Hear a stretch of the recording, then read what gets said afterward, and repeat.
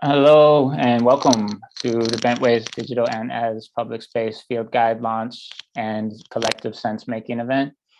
My name is Robert Bolton. I'm with From Later, and today we are celebrating a whole lot of work and play, all of which explores how digital technology can change what public spaces are capable of being and achieving. So this event is both on YouTube as a live stream, which you're welcome to watch, and in our public Miro board if you wish to participate. Right now, if you want to take a moment to, I don't know, go and tweet where you're where you're at, tweet the link, share it so people can come find us. Please go for it, or subscribe to our YouTube channel is obligatory for me to say. Other than that, as folks start to join, if you're in the Miro, let's get comfortable for a moment. As far as sharing the space goes and using this tool, there's a prompt that you can see. It says Wi-Fi Haiku. It says here, a 3-lined poem is composing itself with Wi-Fi names. That itself is a haiku. And let's just take a minute to do this exercise. So in the top right of your computer screen, you can click that little symbol with the 3 curved lines on top of a dot, and start gathering. Choose a few Wi-Fi network names, compose your own 3-line poem, and put it in a post-it note in the Miro, or if you're on YouTube, go ahead and throw it in the live chat feed there. And I will do this as well. Wow, that's so many poems here already.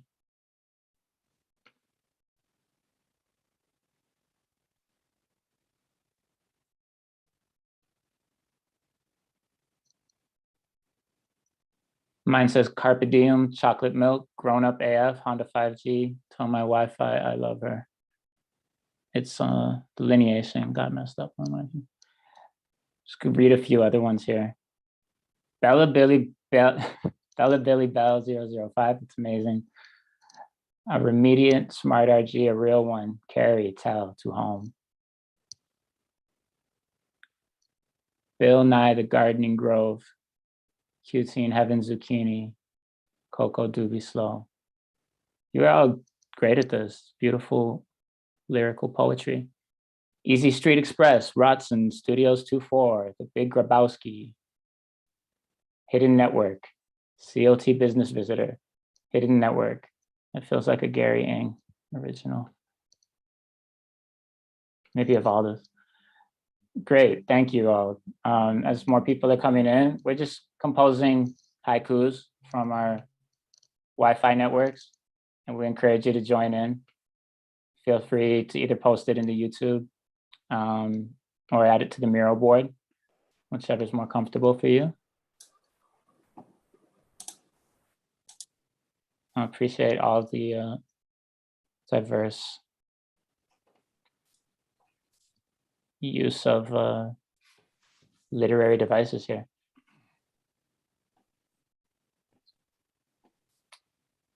Okay, well, thank you all for that. For those that are just joining, welcome to the Field Guide to Digital and as Public Space launch and collective sense-making event.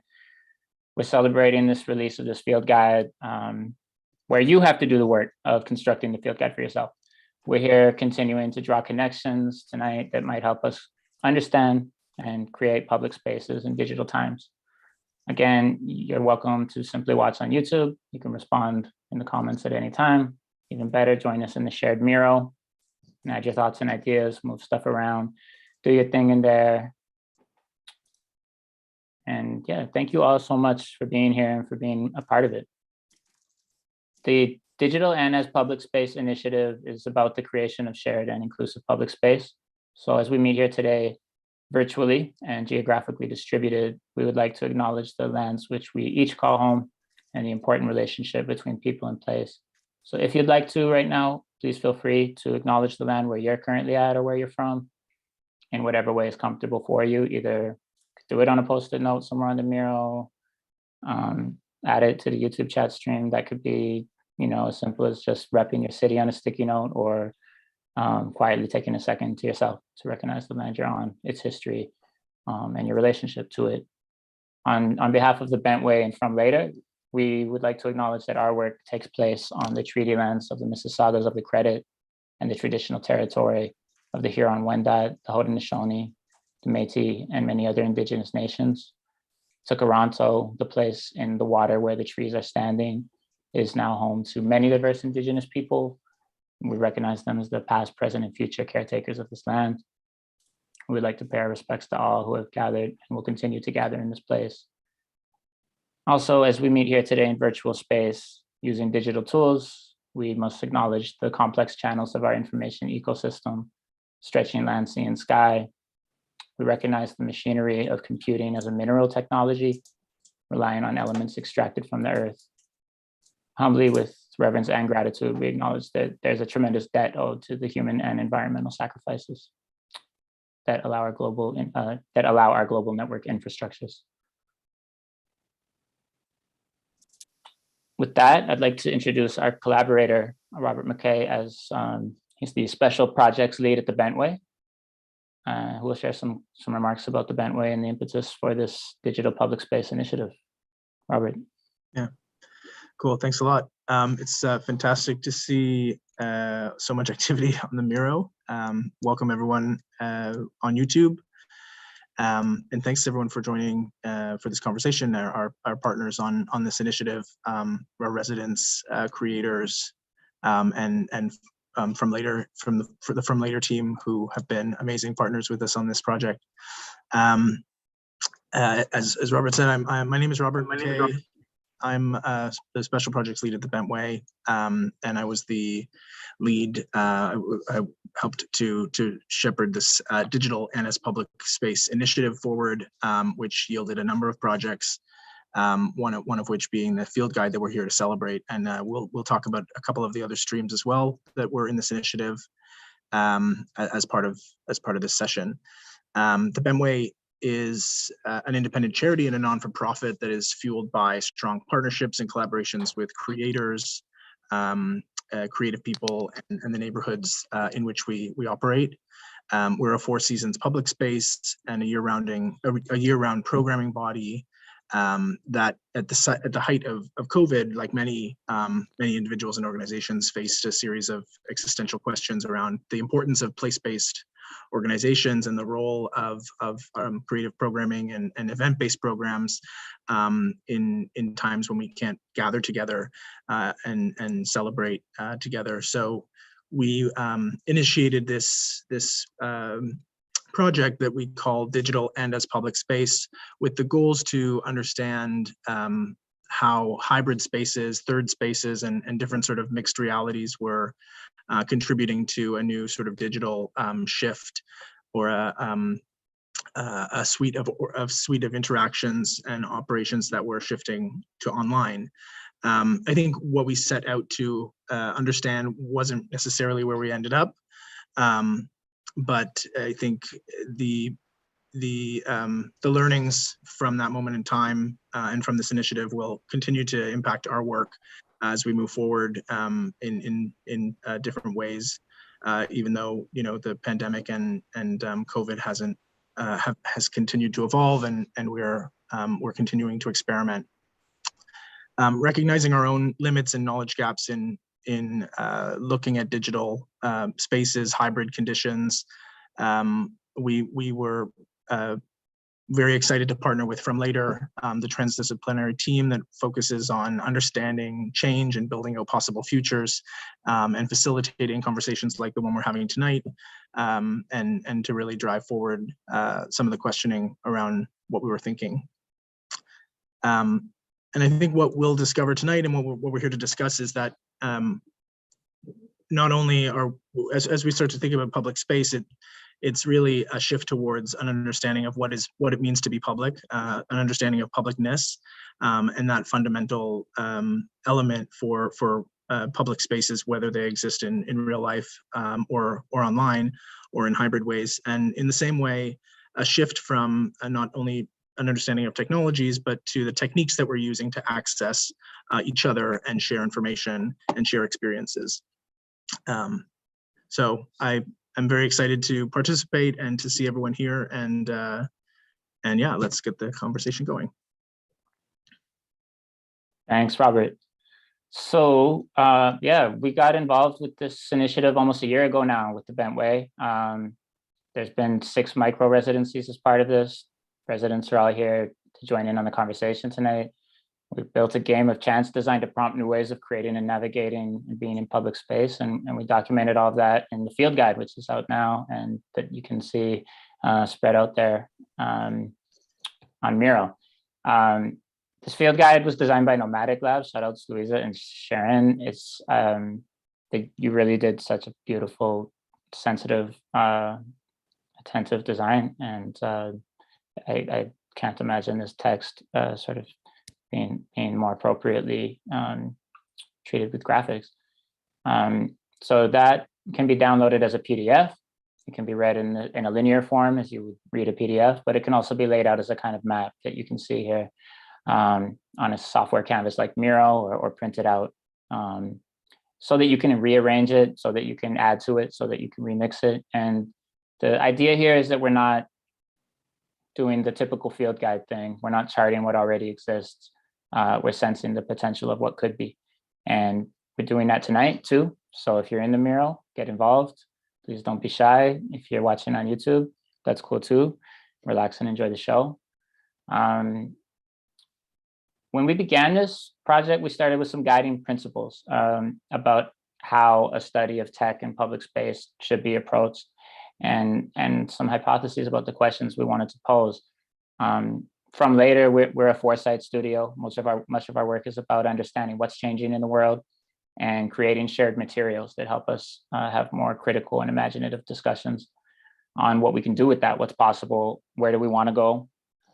So I would say from the very beginning to now in this field guide, there's been a lot of like this process of scoping the field, and it doesn't seem to end. What is the field? Is the big question of digital and as public space. And so that began with, starting with some very foundational questions. What are publics? How do people form them? How do publics relate to places? And what becomes possible when you bring technology into the mix?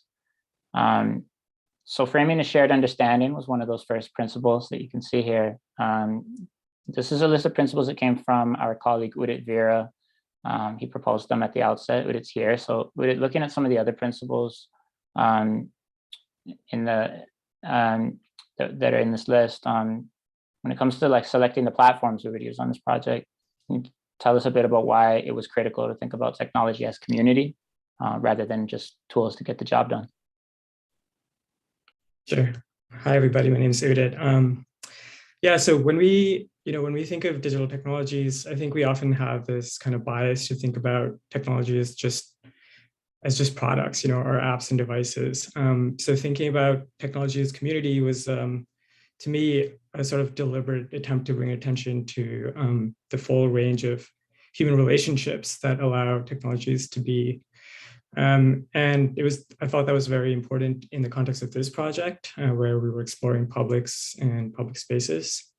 And so even, throughout this process and the choice of tools that the tools that we chose to conduct this project, Miro, Open, Google Docs, Arena, a lot of that was to basically allow people to participate in our sense making along the process. So see our drafts, contribute to them even in a sort of unfinished form.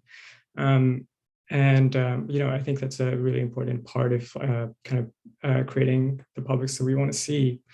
I think technologists, and often those that come from a sort of open source orientation, already kind of work in this sort of way. So this was an attempt to kind of extend that sort of way of working to this project as well. Thanks for that, Udit. Yeah, one of the platforms we selected carefully was called Arena, which allows you to connect ideas and to build knowledge. We used Arena for the whole open research phase. And that part was led by our colleague, Erica White.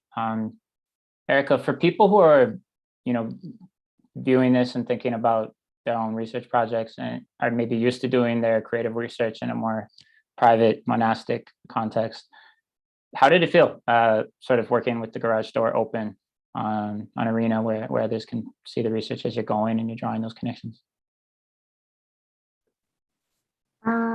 Hi, Erica here.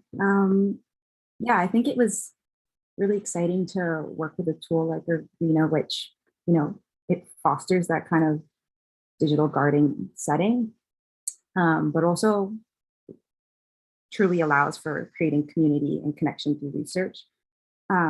So from when the project first started to where it is now, I think it allowed to at least that format allowed for us to broaden the parameters of what we even thought about the topic, or which is digital. But I also think it allowed for ideas to grow in a really interesting way.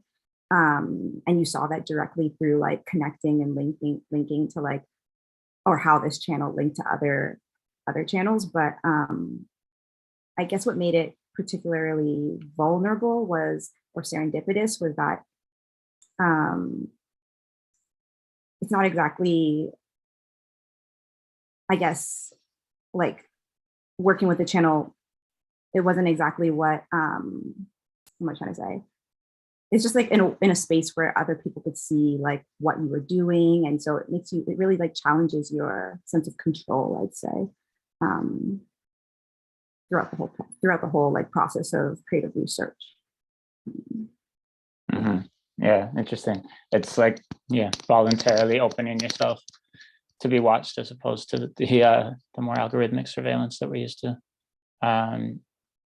Yeah, and that cozy research community that we started in this project eventually had 55 people following and contributing and linked to many different channels. So it was a kind of a new experiment for us, for our team, but something that seems to have, caught on in the spirit of the project. I want to transition to some of the residents here. One of those was Haifa. Haifa is a digital worker cooperative rooted here in Toronto. Two of its members, Don Walker and Gary Ng, created their own digital garden as part of their residency on this digital and as public space initiative.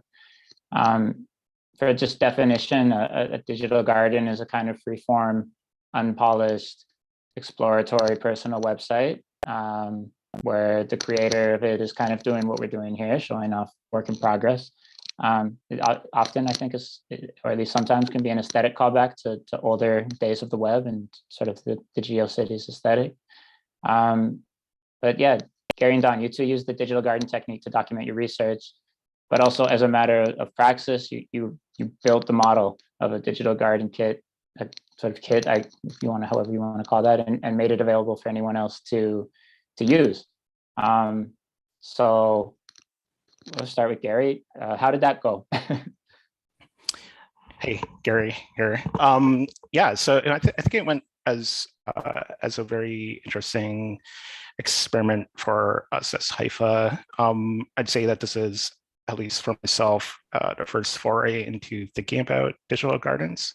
And it feels like there's been a lot of discussions about how do we manage knowledge, how do we create those affinities of connections that might eventually double back into something like the narrative that we constructed for the residency as well. And so the digital garden is very much, as you mentioned, like an organic space in which those connections can be formed and be made visible. I think interwingled is a term that Ted Nelson coined to describe those kind of working connections and the behaviors in which hypertext kind of links things together. I think the digital garden has some of those properties, but I also am responding or have mixed feelings about retro web aesthetics and thinking about GeoCities as like a starting point to think about digital gardens. And I think that is very much important in terms of thinking about the web, but also how do we move forward from that. And so what the digital garden is kind of thinking about it from that lens is how do we move forward and maybe not so much reproduce the things that we've seen with things like GeoCities or the quote unquote Web.1 experience, but rather draw on the kind of nuances about finding those connections and building those kind of mutual thoughts in something that looks and behaves like tangibly interesting for someone jumping into the experience. So the digital garden itself is also forking past rhizomatic, if you will. You can start from any point and find your way into other facets of our research. So even though the narrative that we constructed is there, I think is rooted in a Haifa kind of way, amongst the other kind of narratives and themes that are in that garden as well. Cool. And so, yeah, there's a real form content correspondence there for sure. Don, do you want to maybe speak a little bit about the different scenarios that you were exploring and the kinds of futures for the web that, as Gary was like alluded to, you kind of went about this imaginary forking and really like exploring how the internet went one way, but what if it went another? And tell us about Haifa's imaginary internet dreamscape. Sure, yeah. I mean, I think as Gary described, how we were trying to think about maybe moving beyond like a retro aesthetic or a retro understanding. We definitely started in those pasts and then kind of tried to think ahead about what alternative futures might have arisen. So we kind of riffed on a few technologies, including RSS, it's beloved by some, forgotten by many at this point, and then sort of like a hidden but long-standing protocol, BGP, Border Gateway Protocol, that actually is like still actively in use for how we intercommunicate on the internet today. And finally, kind of like really trying to do a bit of a break to think about almost like new forms of browsing or ways that data could be transmitted. And so, yeah, I mean, I would say, and maybe Gary might have a different take, so this is my partial perspective, that we kind of started to sort of lay some of the groundwork for, you know, thinking about something fully new, but it's still very much rooted in our past and present of being online and the web. But in general, I think we're, you know, we want to attend to our histories, but kind of also be willing to rework them or like kind of do a reparative reading, or maybe a more like, you know, interested reading to kind of propose or experiment with alternatives that might break from some of the patterns that we don't want to extend into the future. Cool. Yeah, that's I mean, it's really one of the beautiful correspondences among everyone's project here too, was just these wonderful like what if questions about publics in sort of the purely online and offline realm, but everyone was sort of, yeah, experimenting towards what could be.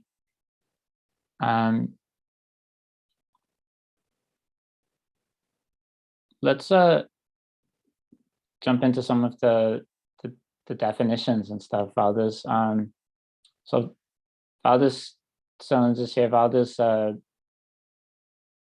congratulations on having done really the lion's share of the writing of this field guide.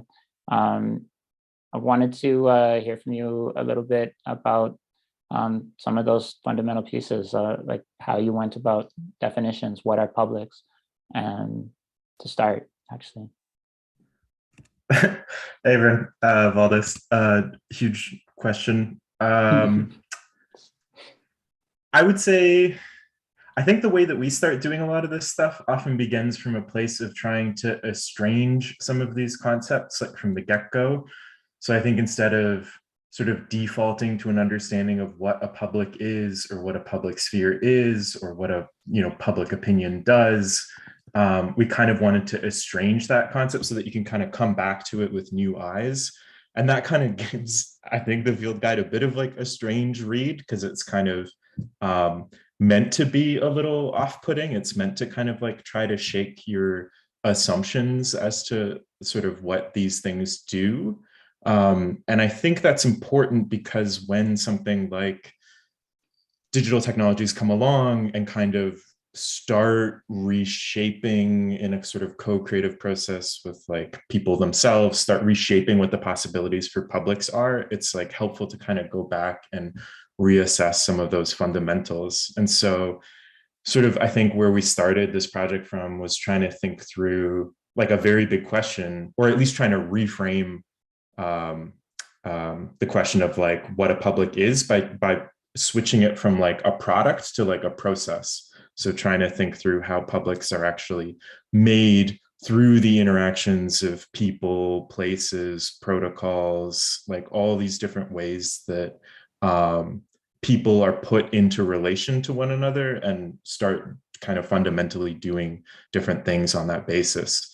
And so, yeah, I think we were really trying to estrange the idea of like publics and public spaces that maybe come to us from more of like a 19th century vision that are really like around newspapers and, you know, in the 20th century around television and the ways that publics form around these different media technologies. What does it mean that we now have all these digital networks, and how do we try to think through what the possibilities of publics are under those kinds of conditions, or conditioning conditions, I guess. Right. And you use the phrase accidental publics as well.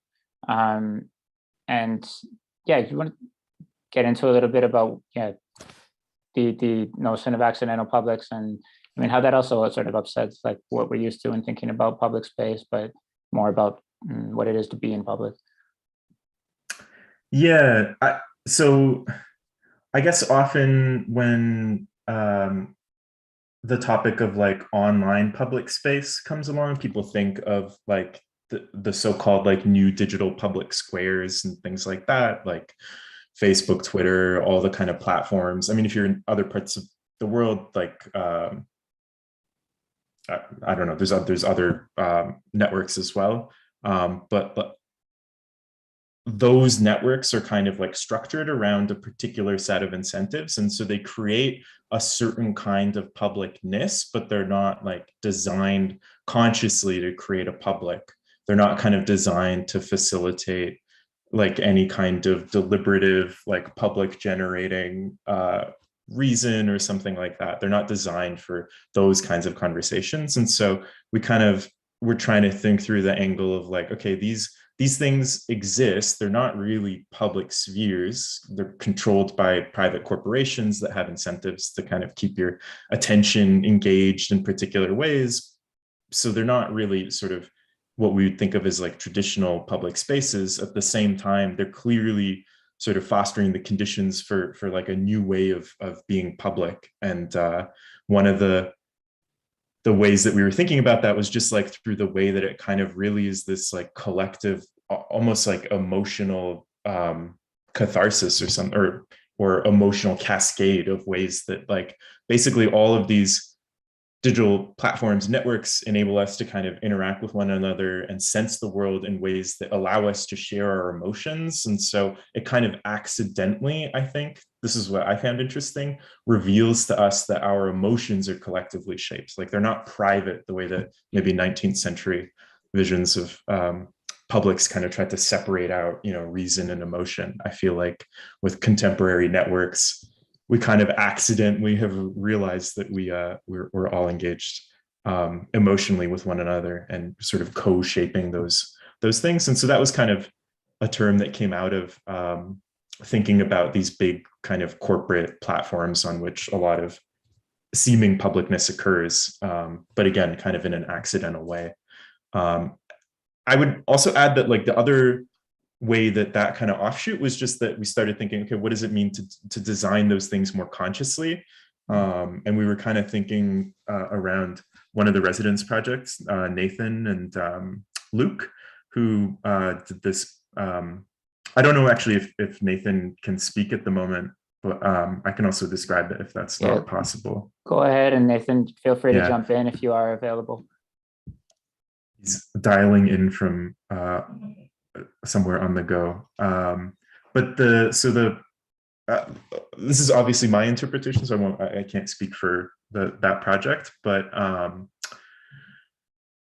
Modpol was this sort of prototype around actually building in some of the mechanisms for sort of conscious, deliberative forms of governance within an already existing game world, Mindtest, which was kind of a version of the quite popular Minecraft. And it tried to give people who use that game the tools to actually govern their interactions within the game. And so actually providing some of these kind of more conscious ways of like forming relations within groups. Here, yeah. August, I'll jump in just because I can see Nathan's face now. Hi, Nathan. Hi, good to see you. Yeah, thanks for joining. Nathan, just to quickly introduce, leads the Media Enterprise Design Lab at the University of Colorado. But yeah, you want to carry on Modpol a bit and talk about what it does and where it comes from and how it distributes power differently than what we might be used to in a lot of the online spaces we tend to be hanging out.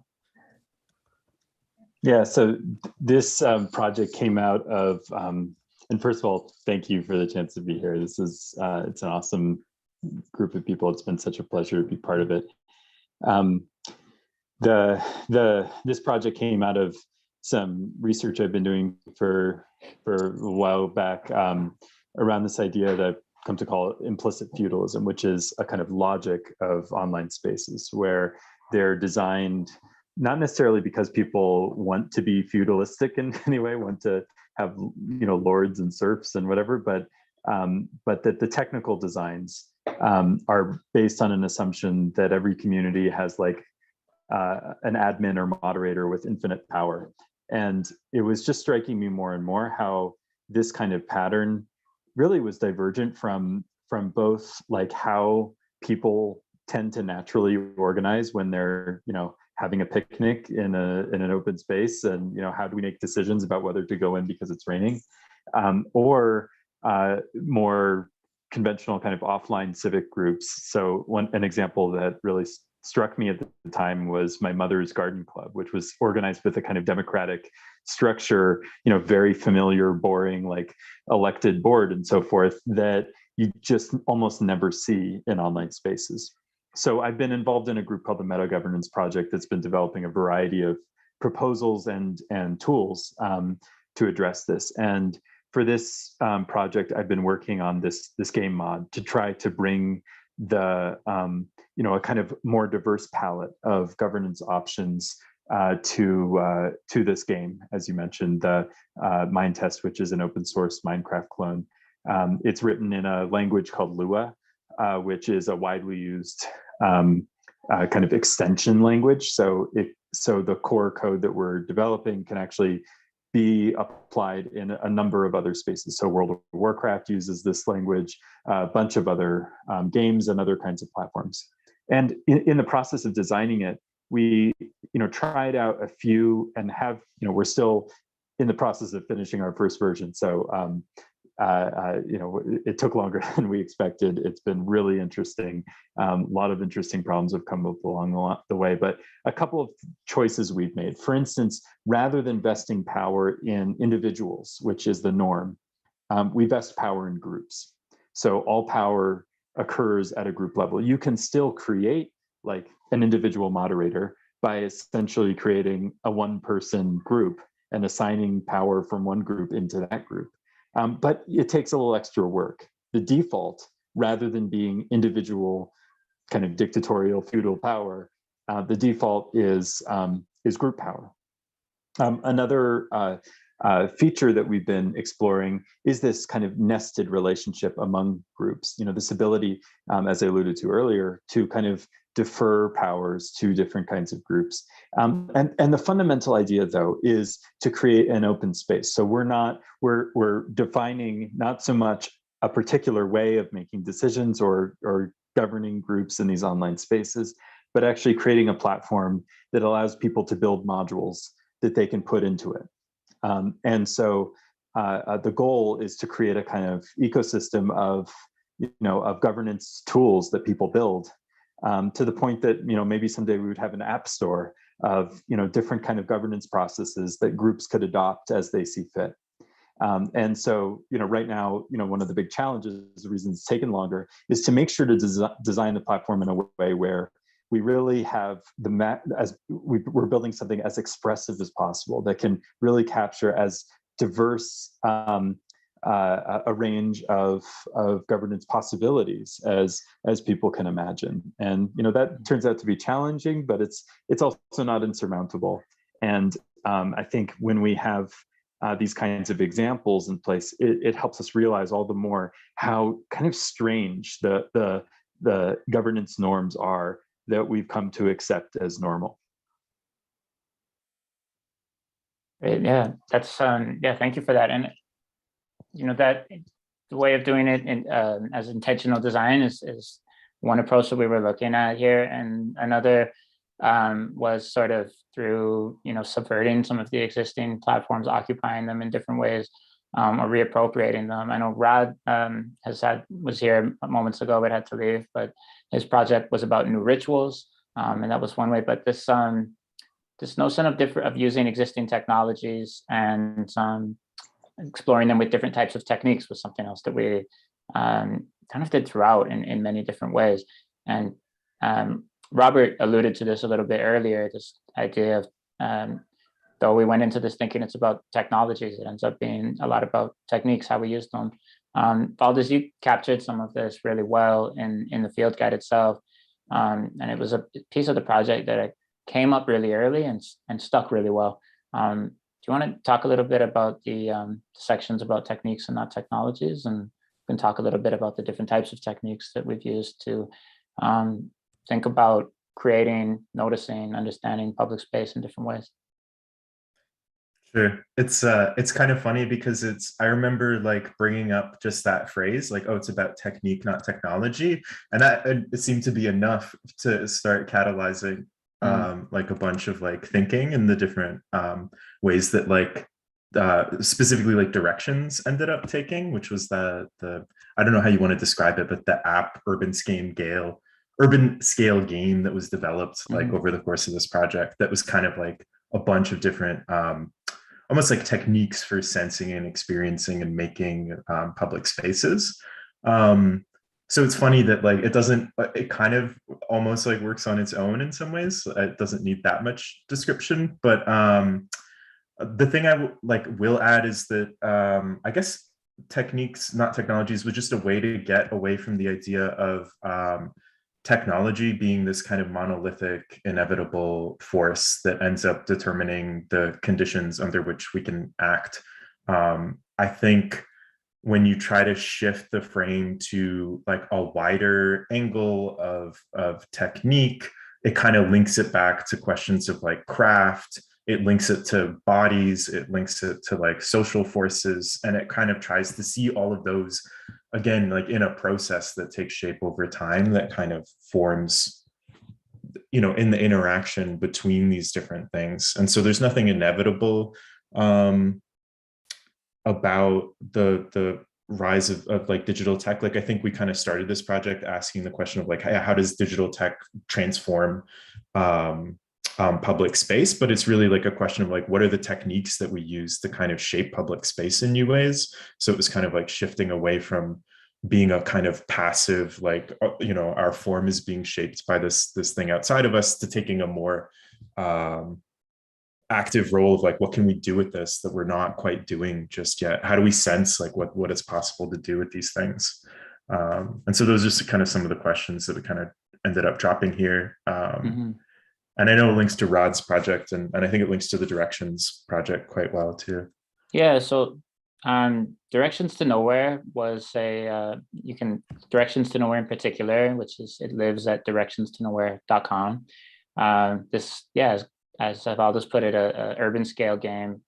It's basically a series of prompts for sensing, making, and navigating public space, and really kind of noticing what you notice. I think it was inspired by pandemic walks in a lot of ways, and definitely kind of harkens to groups like Fluxus, who, their event scores were also techniques. And so here, basically, we challenged ourselves to write these very short prompts that often would use the very mundane, everyday digital tools that often are in our phones, the ones that you don't even are so sort of natural to how our everyday lives sometimes that we don't even think of them as tools, but things like, you know, search engines and so on. And other ones that are maybe more advanced and playful, but were prompts like this one that says, commemorate yourself, face swap with a statue. What will it say on your commemorative plaque? Which artist Colette Bernard went out and face swapped with a statue.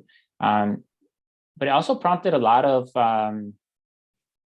sorts of attempts at like imagining what spaces could be. And so this other one to the right of that by Office was a prompt called Soundmark. And they basically created the soundscape for what a different possible state of a public space could be. And so it was, if I'm recalling right, it was blasting the sounds of a skate park that maybe wasn't allowed to be put there because of the noise bylaws, but they just set it up with speakers so you could kind of actually hear it, test it, see what it would be like. Would it actually be too loud? That kind of thing. And getting people involved in kind of creating the possibilities for public space was something. Other ones were just more meditative, almost like ways to use your phone or device to get more in touch with yourself and how you connect to public space. So the circuit meditation here, which Vivian Rosas went and did walking, and then you walk in a certain pattern and you're meant to come back. This one was actually done at the Bentway site.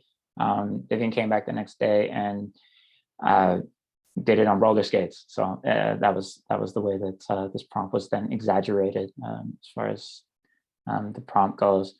Alisa Alekpala, who kind of did the prompt that we thought was a troll. We wrote the prompt called Bird's Eye. This was Valdez's writing, actually. Bird's Eye, make something visible from space. Monitor how long it takes to update on the maps, meaning like the Google Maps and maps of that sort. Alisa went to a park in Toronto and made a circle of bricks. There are a lot of bricks to be found in Tommy Thompson Park in Toronto, and came back with a drone and shot it from above. So if that counts as space, she nailed the prompt. But a really beautiful response to the prompt and way of connecting to space in our city, to public space, and something that's still there that people are still going to and engaging with. And it was a huge amount of labor. It's very large, and she spent I think 2 full days and like the hottest days in the Toronto summer moving bricks around there to create that beautiful circle. Seeking, notice a lonely piece of public infrastructure such as a mailbox or fire hydrant, create a profile for it on a dating app.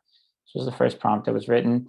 Bianca Wico Martin went on a dating app as a bicycle rack and got responses, and then made some illustrations based on those responses and interactions with people. So something like that, where you just, all of a sudden personifying a piece of public furniture and changing the experience, where someone is on a dating app and sees that and is now engaging with public space in some completely new way.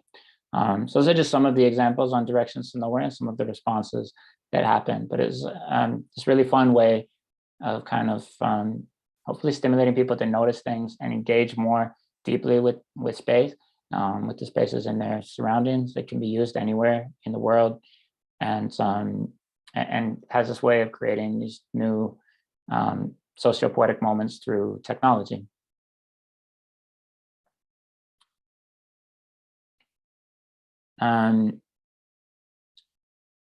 The digital reel. This is another aspect of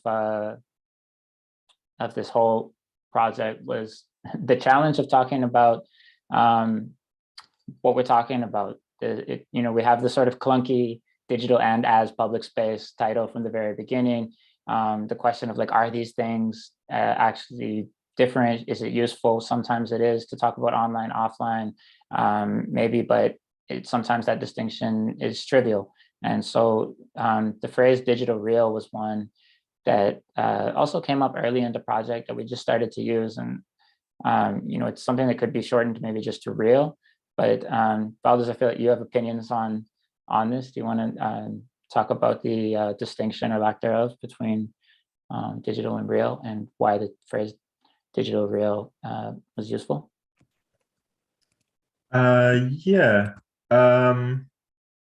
Yeah, I think it's very easy to try to separate digital from IRL. And I think sometimes that can be helpful just for like categories that we use to make sense of things. But I think when you think like a little bit more deeply about it, like you kind of realize that they've never quite been separate. And there's never been like a strong distinction between the two. So like even us now, like on this call on Zoom, like literally what's happening is that like we're not actually online, like we're actually in whatever spaces we are, and there's like flickers of lights coming across our like laptops and phones and whatever else we're using to connect to the to these like interactions and relationships. And so like we're literally in IRL right now. It's just that the way that we're relating to each other across distant spaces is like the thing that has changed. It's not that we've like virtualized our existence, like the light and sounds hitting our body are, hitting real bodies. And so we're kind of like, I don't know, I always like to think that we're not actually mediated. We're like, this is like a direct conversation. It's just that the mechanisms of like how that directness occurs is what shifted. And so to me, digital real helps, this is how I interpret it, like helps me think through the way that it's not a separate space, that it's like, occurring in real space. It's just layering on top of it. And this was a point that a number of projects kind of dealt with in interesting ways. I mean, we talked a lot about the spatial metaphors that we use online. We talked about skeuomorphism a lot, and just why we like to understand the Internet of Stuff, or why that's maybe we're only just working with the space and Euclidean space that we know, or where it can be explored differently. Mitchell, your project dealt with some of this in really interesting ways, and even some of the work you've been doing before this project. But I know you put it as sort of, what would it be to take a purely online experience and take it offline, and is that possible? And I think you thought of it as an impossibility, but do you want to maybe characterize that impossibility a little bit for us from your own thinking? Sure, yeah. I guess one of the things that really struck me early on in the pandemic and well, throughout the pandemic, was that everything was kind of following this logic of substitution. So we can't have a conference in person. So how do we do a conference on Zoom as closely following the parameters of an in-person conference as we can? And like, I just, all these substitutions were so unsatisfying, and I just couldn't do any, like, I didn't want to have Zoom beers with friends. I wanted to have real beers with friends. And so I really tried to lean into the specificity and suchness of this moment, and to try and figure out what is like properly native to online social experience. So like one of the things that I did with the work that I was running at the McLuhan Center at U of T is we organized this proxy festival. And the idea was that it was a series of visits that people would give that weren't possible in person. So, for example, I had my kids do the trailer for it. I sent them to the park with my phone and had them document have them give a guided visit of our park. And they're on the swing, and you have the camera eye kind of going back and forth, and then they're on the merry-go-round, or I don't know what you call it, the thing that spins around. And so the camera's spinning, and obviously that's not your experience of it when you're in a swing or on a merry-go-round. And my hope was that with this and some other projects I've been working on is it possible to make experiences online so compelling and specific being online that we might want to replicate them or simulate them offline. So like, could we reverse the logic of substituting everything that we would rather be doing in person for a digital version of it? Could we make the opposite happen? So that's sort of what I've been working on and thinking about. I don't know if that answers your question. Yeah, but totally. And I mean, I'll just add to, I mean, we're coming to a close fairly soon. So, but Mitchell's project, which you can read about here, and actually, Mitchell, do you want to share has your project launched yet? Not yet.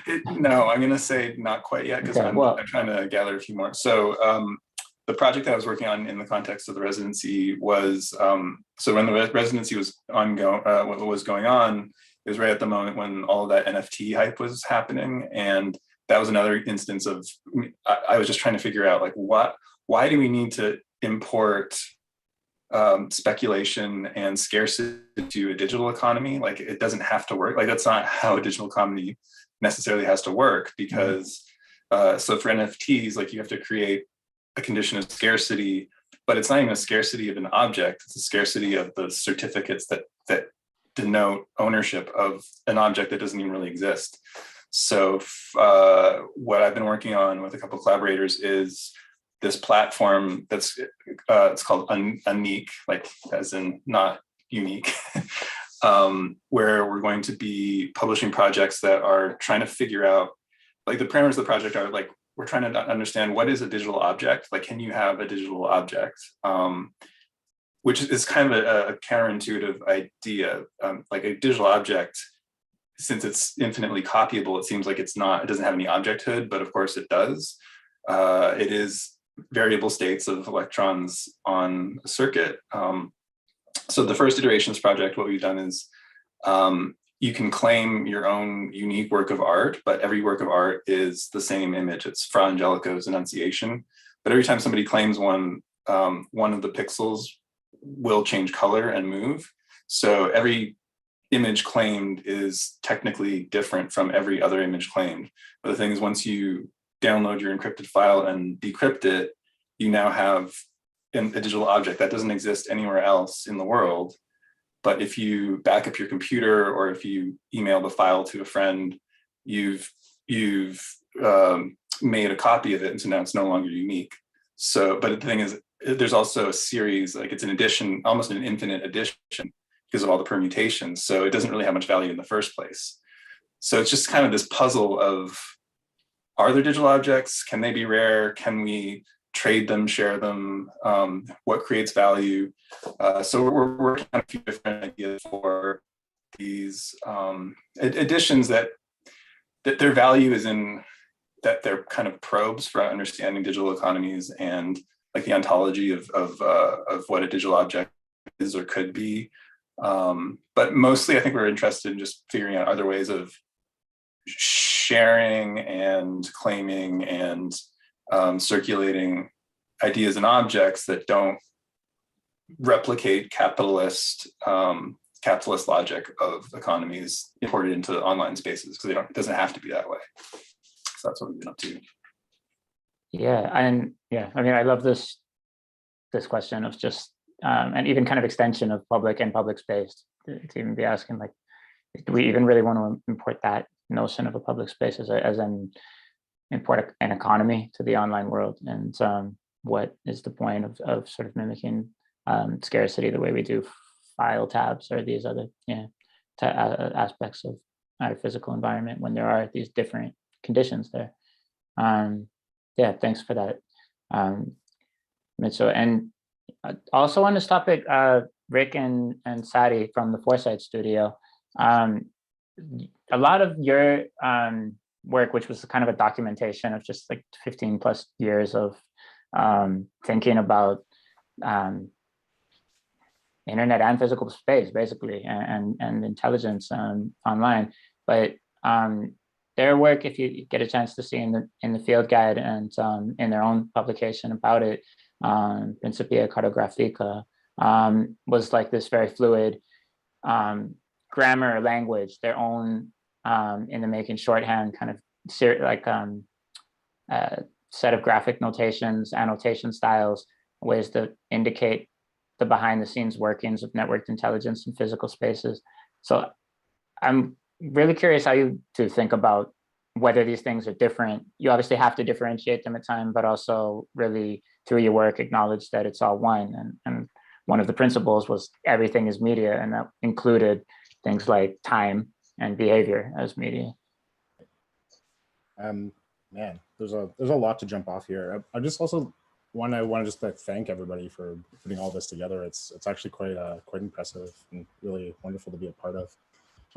I also noticed just the time. Are we going to keep going a little bit later? Like, because well, yeah, we'll go a few more minutes for sure. Yeah. Okay, cool. So to mirror a lot of things that like that Valdez said as well. Like there's a bunch of prompts here too. Like where I am in the canvas right now, it says techniques, not technologies. And when we're thinking about the digital and the real, or the duality between those two things, we found it useful to try to dissolve those kind of siloed code switching that we had to do in our work, and try to break the dichotomy to be able to like imagine more in terms of the kind of featuring work we were doing at the time. For us, like this digital real, or everything is media as a concept, was like kind of brewing at the time around like 2005. Sadie and I were both working at a place called the Beale Institute, and we were like reading a lot of McLuhan. Our mentor was this guy named Alexander Menu, and this was kind of being thrown around the lab a lot. And for us, it was like a good, but kind of now and like an aged heuristic. At the time, to give you a little context, it was like the ITU, the International Telecommunications Union, had just published the Internet of Things. And it was a rather like new concept, right? For which there was not much language for it, right? Like there had been some interesting writing from Xerox and like a few other kind of like small little groups, but really, it was not something that was fully baked. Like at the time we were calling it data space. Matthew Lintz, who was like another really talented researcher, was calling it link space. And we were just trying to build a vocabulary for how we could kind of break down some of this stuff and really look at, this new like artifact, or this new opportunity, which was Internet of Things, as its own kind of unique thing that was both real and digital, and kind of borrowed qualities and characteristics from both sides to each other's benefit, right, within kind of one entity. So on this canvas, like I was saying, there's a thing that says like techniques and not technologies, and that kind of reminds me of that time we were thinking through this stuff. It was technology itself, when you break it down, it's like technologia. It's got technique embedded in it. It's been kind of behavior that's been codified, and whether that's codified in like a soft or digital, or whether that's codified in like a hard or real, or an admixture of both, it doesn't really matter. It's like the difference between those two realms, or that dichotomy is only as real as one believes it to be. And if you don't believe it to be, then you're able to kind of imagine more at their intersection, right? So that's kind of where I was thinking. It's kind of a really old turn of phrase, everything as media, everything as like a vehicle to be and become. That was kind of unique, the hard things that had soft qualities. And at the time, there was like, spimes were starting to emerge, like that old Stirling concept. We're doing like ethnographic research inside of Second Life and stuff, which was like emulating real life. And you started to see that there's like, people were making mistakes by trying to import mundane things into a space where there's unbelievable capability. Like it was almost as if our own, real blinders were limiting our digital imagination or something, if that makes any sense. And so, we also were trying to pen new things around this, right? We wrote a bunch of papers. One was called Protolingua. And I remember, I think I got you to read this like back in 2010 or something, where we were just trying to collect all these new words that were kind of starting to pop out of the space, right? Yeah, I don't know. Sadie, do you have anything to add to this? There's a lot to unpack there. Yeah, I mean, there's a lot of things to talk about, but in general, about the subject of conversation right now, I think, at that time, what Rick was talking about, it was more like, we realized early on that, technology revealed latent human behavior, and it wasn't necessarily that technology, you monetize that, but you had to look at behavior itself and monetize that. So follow the behavior, and, then the technologies will follow, because, they come and go, technology, but, the ones that actually kind of cater to our human natures and our human desires and wants are the ones that are going to stick around, and the other ones will kind of fade off like the stone hammer did, like way back in the day. But in terms of that duality, one of the things we always try to do is kind of retrieve the archetype and think about it vestigially in terms of like human beings and human nature. And I think that early on, we kind of realized that, the world itself is kind of mediated through everything that exists outside of us, right? So the interface is whatever I put my hands on, like it's not this screen or it's not this like phone or whatever, like the interface is a piece of wood. The interface originally was a stone hammer, was a rock. And what humans are really good at is like first asking ourselves, what is that thing? And then saying, well, what else can I use that for, right? And that's kind of like what has been the evolution of technology, has been that question, from the stone hammer, the stone axe, the stone everything, until we, now we bust up mountains using pressurized water or something like that, which is a completely different way of doing it. So the idea of that kind of like interface being that moment we meet the world was one aspect of it, and then realizing that things themselves are not the things themselves, are like they're inanimate objects. Like there are no things that, when you think about it, it's more like the moments that those things actually enable and reveal. So it's more about moments and not necessarily about things themselves, because it's really like we give things meaning and what we can use them for. And so they're mutable in that sense, because the thing itself isn't really, the thing itself is only useful in terms of like what we need and want at the moment. So in that sense, the thing mutates and becomes something else. An easy example is that chair is a chair, but it's actually more what it isn't than what it is. It's like, if I need it to be a weapon, in case somebody breaks into my house, it is. And if I need to change a light bulb, it's a stand I can stand on and change a light bulb. And if it's a firewood because I'm freezing and I need firewood, then it becomes firewood. So the thing itself, things don't exist. It's what, it's what we imbue to them. So I think that in that sense, it's like when Valdis was talking about, is it the digital real? And that already in itself is trying to explain or explicate the thing, the idea of the digital and the dichotomy there. There's still an attempt to try to like explain it, right? But if we go back to the archetype and we retrieve the archetype and we say, well, did we think of that when we were talking to somebody on the phone? No, we didn't, because at one point it just became natural to speak to somebody on the phone, and we didn't separate that and say, oh, that's a different type of whether if it's digital, it's not digital, but it was a different type of way of communicating. In that sense, it's almost like we almost need to like, there's good reasons to actually have it so that we can explain things and talk about it. But at the same time, as soon as we kind of like diffuse that barrier, that dichotomy, we get back down to brass tacks and get back down to being human. Yeah, that's it. Yeah, thank you, Sadi. Thank you everyone for being here. I wanted to just acknowledge Rod and Digital Care Lab, who didn't get a chance to speak. We're in and out and in a rush, but yeah, it's been such a pleasure working on this project. Thank you to the Bentway. Thank you to all of the residents who are here today, everyone who attended, Nomadic Labs, and everyone who participated in Directions to Nowhere. This project is not really concluded. In fact, it's just launched. So there's so much more thinking here that's to be done. So everyone have a great Tuesday night. Thank you. Thank you.